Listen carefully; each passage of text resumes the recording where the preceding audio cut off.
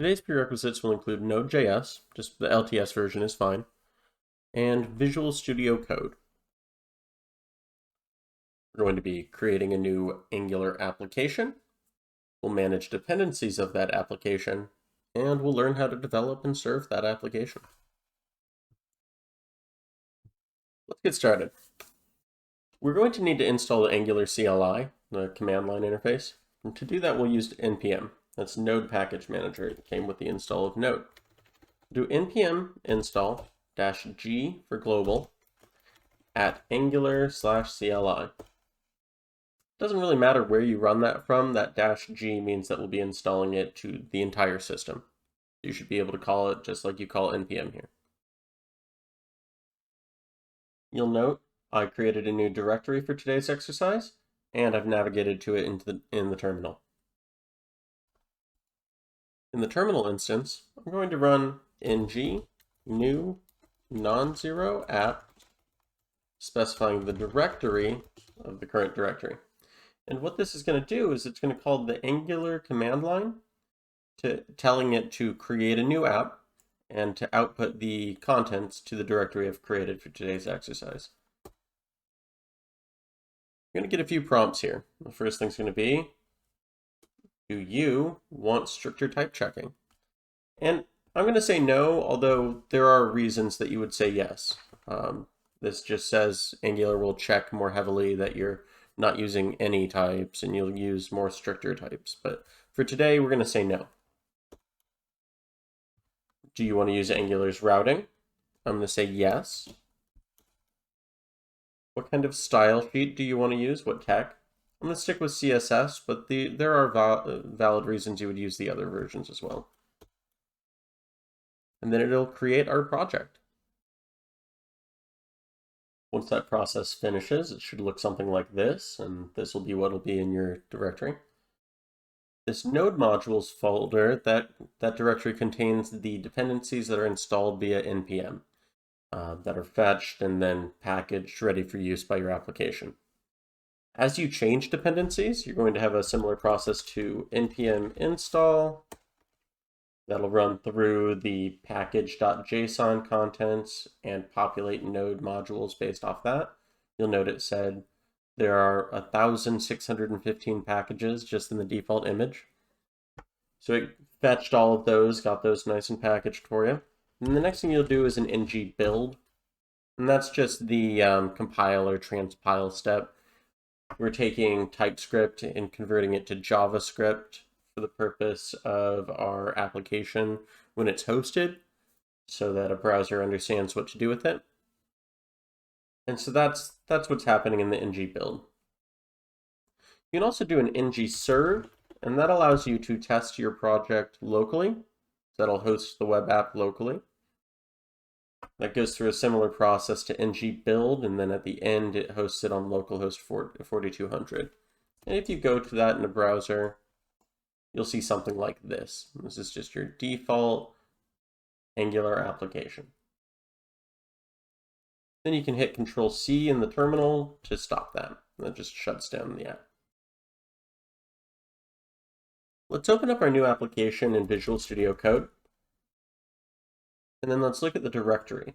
What's actually in this? So we've got a variety of different directories that are created within our Angular directory, and then some files just at the parent level. The dist folder is the output once everything's built. So this would be what you would actually want to deploy if you were to host this in a cloud application or to host this in some local IIS or something like that. The E2E, that's end-to-end test using a tool called Protractor. There's different ways to run that. We can walk through later if we want. Node modules, that's third-party dependencies. We talked about how to install those using npm install. Source, SRC, that's where all of the actual code for our application lives. So that's all of the Angular stuff, various HTML files or component files within that. But this is where the primary code is. And then above that, at the top level, is some configuration stuff. So Angular.json is Angular specific configuration. package.json says, hey, npm, here's some stuff you can run. Here are some dependencies that we're packaging, or developer-specific dependencies we're packaging. And that's sort of what this top level is. And of course, you've got a readme, a git ignore. And these are generated. So you'll note the git ignore off the bat is saying, hey, don't include the dist folder, and don't include the dependencies such as node modules. And that's why they're grayed out in my Visual Studio Code instance. Let's find the entry point for our application. When you have ngserve going and you click to go to the localhost 4200, what's actually running? How do you get there? I go into source app. I see the app.component stuff. Let's go to app.component.ts. That's a TypeScript file. Note within this, we've got the selector. This is all very Angular-y here. It's a component with a selector app root. App root is how you refer to this specific component's contents. It's got a template URL, so that's the layout, the HTML layout that is going to be used by this application when Angular wants to substitute in this application as specified by app root. And you've got style URLs, which is the style sheet stuff. We chose CSS, so CSS app.component.css is bound to this as well and applied to anything that's under this application. If we look at the app CSS, app component CSS is empty by default. And the app component HTML is this large file that's generated, and that's most of what we were seeing earlier.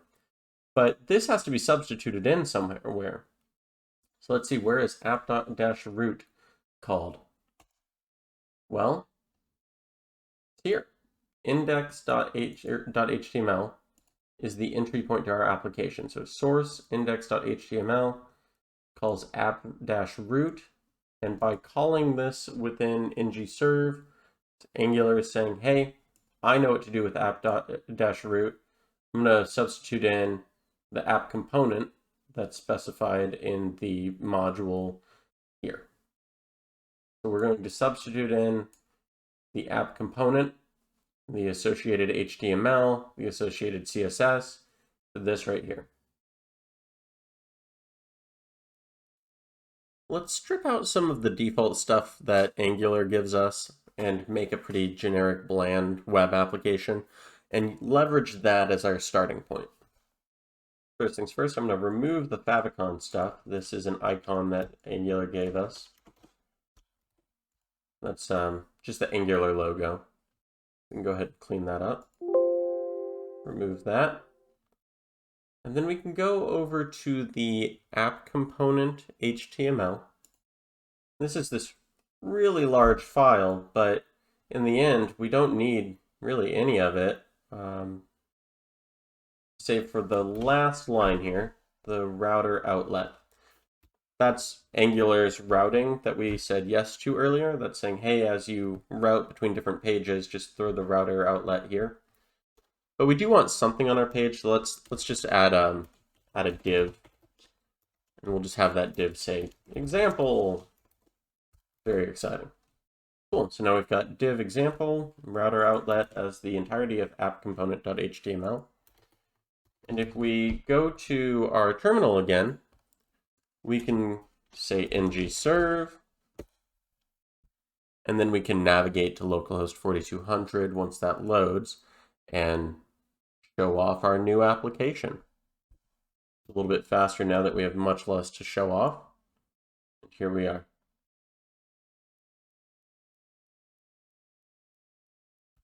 All right, so we have a web application. We might want to have a common page layout. That's to say, maybe we want a header or a footer, or, some side nav, something like that. Let's start with a header. Let's just get a header going. To do that, we'll head back over to our terminal, Control-C to stop the service there. And then we can ng generate component. This is saying, hey, Angular CLI, I want to generate a new component. Quite a few different things you can generate there. And then we'll name it header. So it'll be the header component.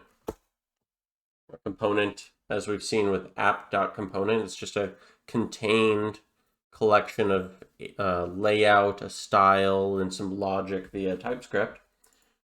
And you'll note when we entered here, we got a layout, a spec that's a test file, so you can write tests specifically to the unit of the TypeScript class. Got our TypeScript logic class here, and we've got our CSS styling. It also updated app.module. And this is registering that dependency, saying, hey, we have a header component we're declaring and want pulled into memory when we run this. We navigate back to code, take a look what happened here. We created a header folder within app, and now we've got these files within there. And the app module, like I said before, we're declaring that the header component exists and that we're going to probably want to use that. We'll talk on this more in probably a future exercise, just on dependency injection, but that's more or less what's happening if you're familiar with the concept. Navigate over to our header stuff. Look at it. We've got the TypeScript that's saying app header is our new selector. Again, saying the HTML and the CSS here, declaring those as what we care about for this component. We go to the header components HTML.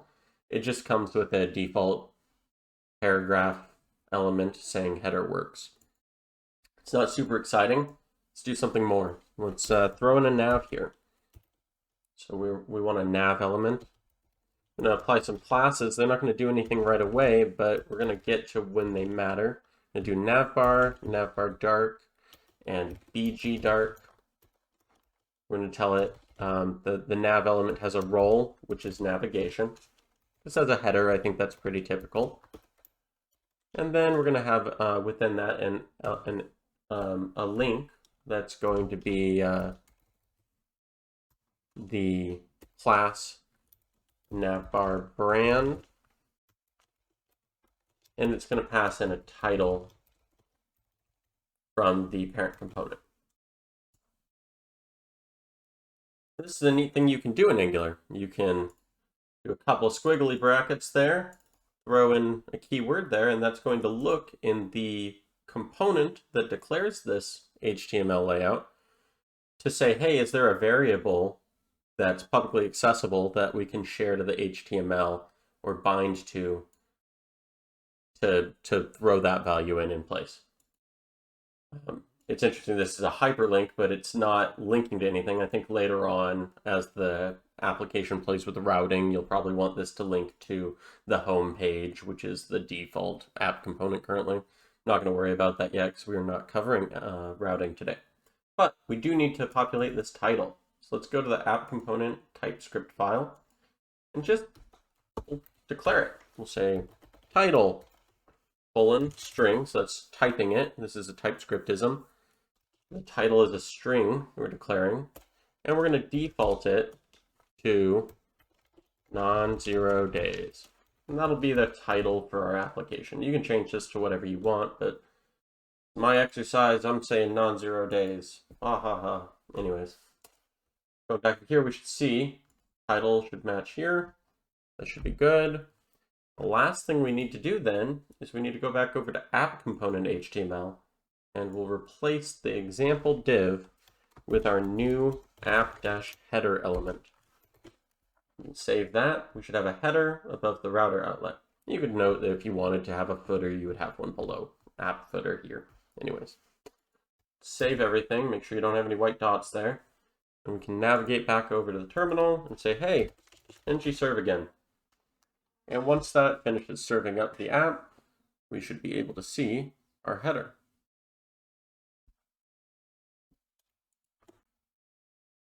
Look at that. It's beautiful. We might have a trailing character. We'll have to look at that.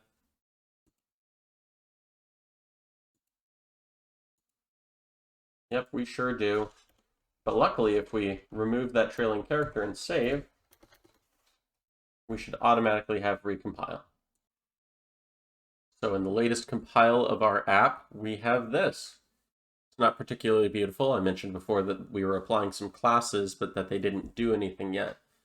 The reason they didn't do anything yet is because those classes, those style sheet classes, are defined not here, but more commonly, those are defined in Bootstrap, which is a dependency we haven't taken yet. But I want to take that dependency, so let's do it.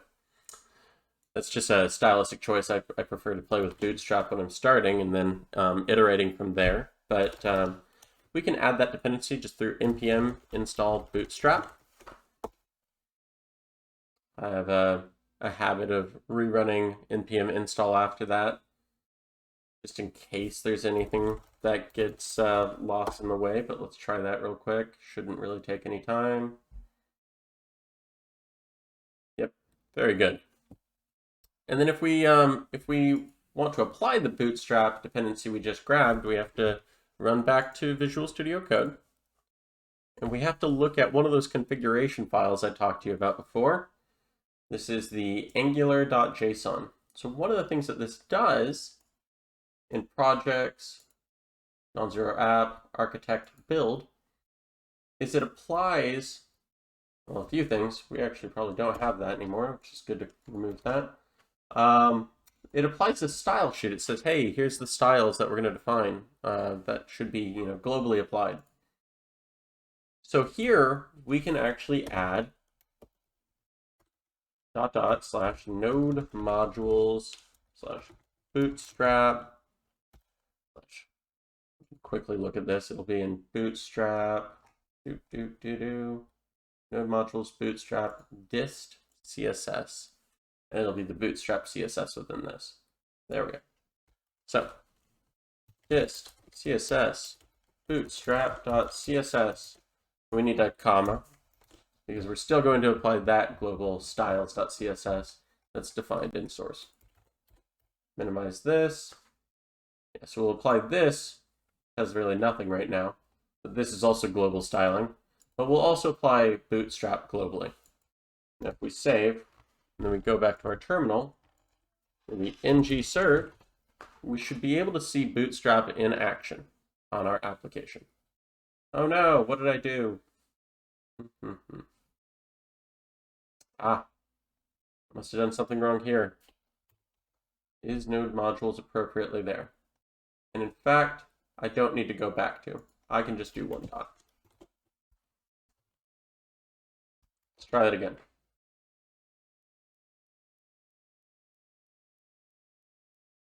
We're thinking about it here. We're thinking about it. We might be building an app. Good sign. And here we are. It's beautiful. A header that's styled. Now remember, that's the styling that was applied when we added those classes to the header.component.html. It's these classes here that are being defined by Bootstrap, as well as this. And it's saying, hey, if you're a nav with these things, with these classes, if you have a parent nav and you're a hyperlink element, then the output should be styled as such. And so here we are. That's why the text here is white. That's why the background is what it is. That is applying Bootstrap to an Angular application. That'll do it for today's exercise. We're going to do future exercises on Angular as well. But for today, we just created a new Angular application, walked through the directory structure, found the entry point to our application, implemented a common page layout through implementing a header, and added the Bootstrap dependency and managed some dependency stuff there. If you have some additional time today, you might review the Angular documentation. I'll include a link in the description below. If not, congrats on a non-zero day.